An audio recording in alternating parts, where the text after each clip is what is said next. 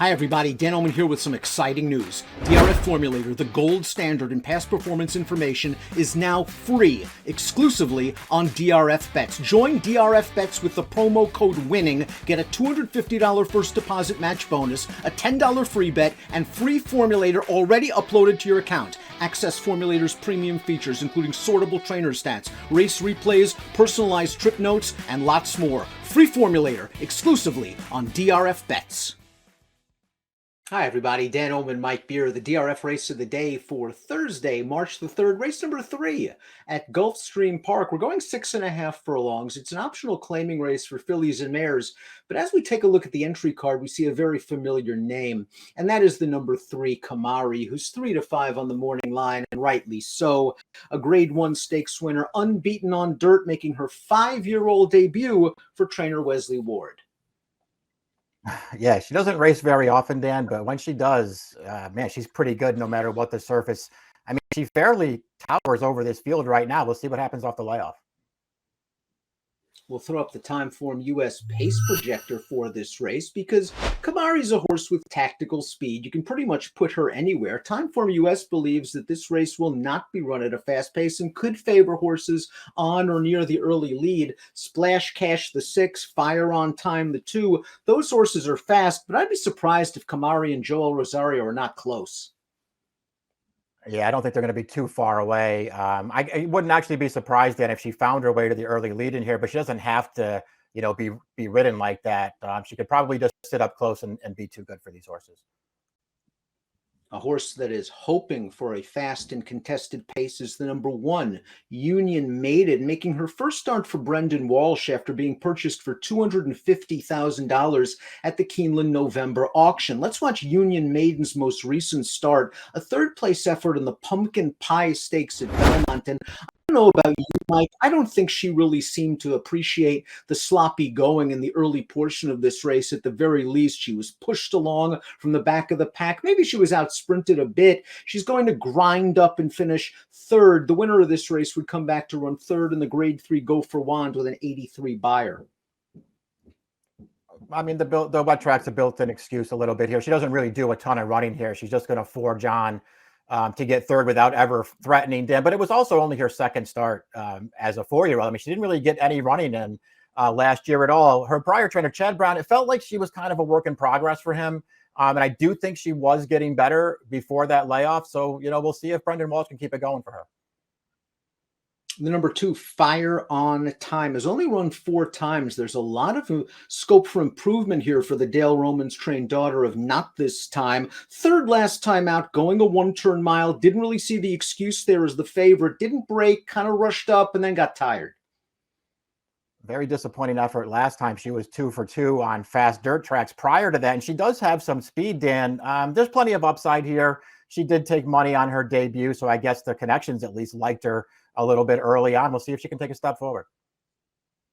It's a shame Kamari had only an abbreviated campaign in 2021. It started off very nicely with a big victory in the Spring Fever Stakes at Oaklawn, and then she took down the big prize, the Grade 1 Madison at Keeneland. Let's watch that race on April the 3rd, where she showed her good early speed, parked herself right off of the pace setter, and while she only wins by 3/4 of a length over some talented horses, I mean, you've got Bell's the One, Sconson, some other ones in this field, it really never looks like Joel Rosario got to the bottom of her. Yeah, she was ridden very confidently in this race. The pace wasn't fast. She got a really good trip sitting right up on a pace that probably compromised some of the closers in here.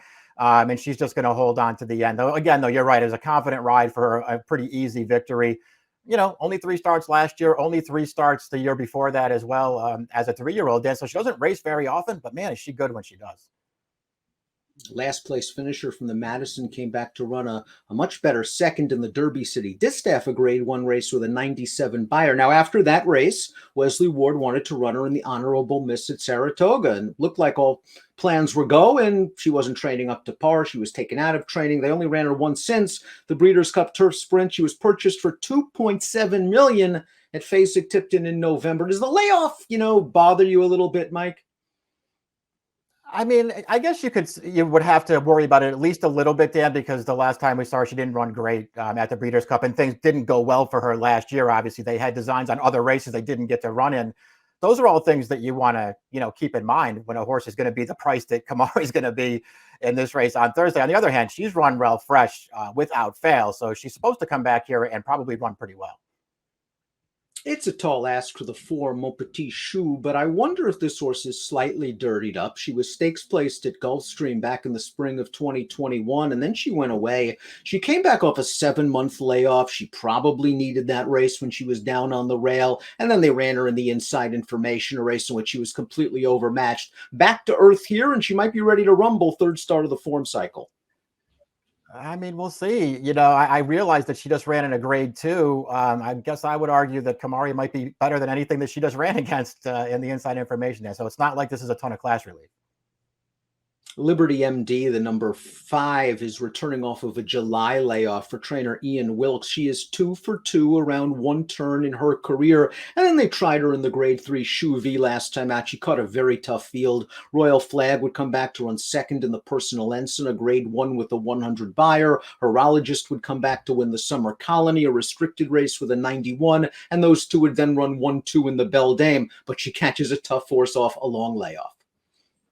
It's a long layoff, and yeah, she doesn't land in necessarily an easy spot.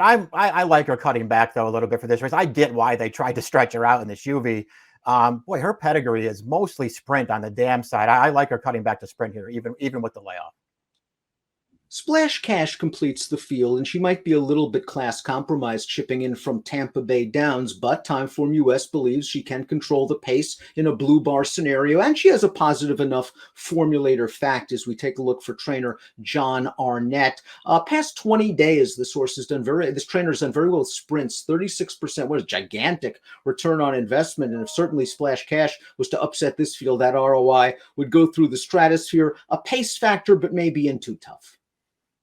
Yeah, I mean, I guess she'll be forward in this race, but it doesn't feel like the favorite's going to be that far away, Dan. This is a tough spot.